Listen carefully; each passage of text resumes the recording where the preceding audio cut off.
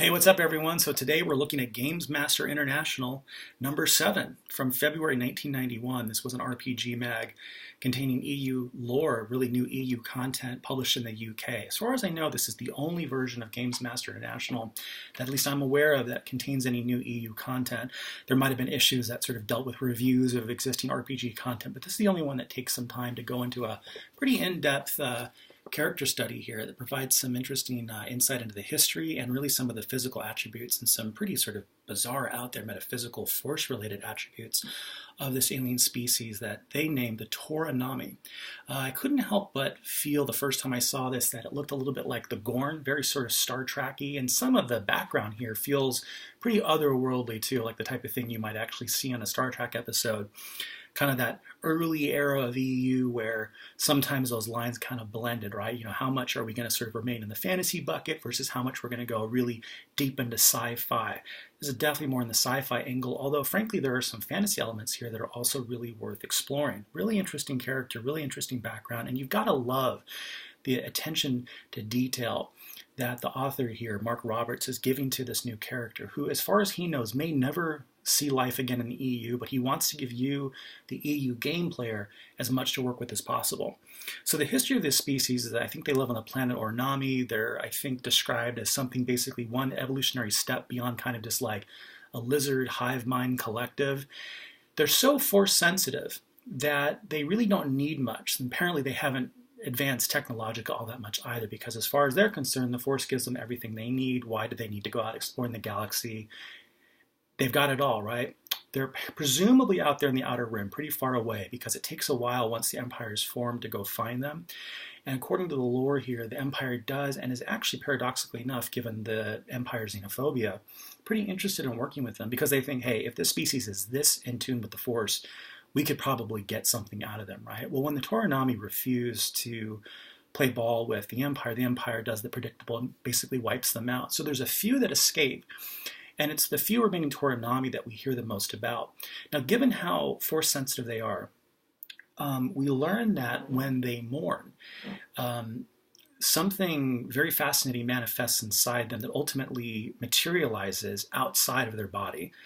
Hang in there, I'll explain this, because again, this is where we get very sort of, very weird, very cosmological here, very out there, very Star Trek-y in a way.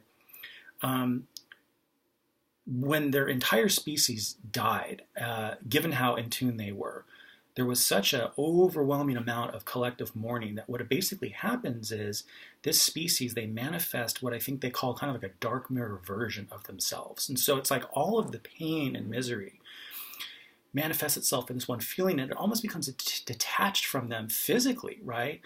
It's almost like to cope emotionally, there's almost like this new physical form that takes shape that has all of that badness and sadness in it. And it becomes this dark mirror, and unfortunately, because it's so filled with all this sadness and anger, it actually becomes fairly dangerous and evil. And the sort of the original sort of version that the original sort of like the prime physical version of the Tor-Ohnahmi need to actually go out and basically kill this dark mirror version of themselves. But what's kind of challenging here, and where some of the interesting dramatic conflict arises, is that as a species, given how attuned they are with the Force, they are, I think, pretty absolute against physical violence. Given that they are force sensitive, they will use things like telekinesis and whatnot from time to time to maybe like break the weapons of an opponent, only if it's going to prevent the killing of another species. So an interesting character that basically, on the one hand, is so in tune with the Force that they can channel their feelings into these ciphers, but these ciphers become these like evil, like spiritual clones of themselves. They're so in tune with the Force that they're very pacifist, right? And yet, ironically enough, need to use violence in a way at some level to destroy these evil ciphers of themselves. Fascinating character, really, really neat ideas here. A lot to play with, like I said, both on sort of the fantasy margins and the sci-fi margins too. Feels kind of Star Trek-y, right? But I think they do a good job of situating it within Star Wars lore.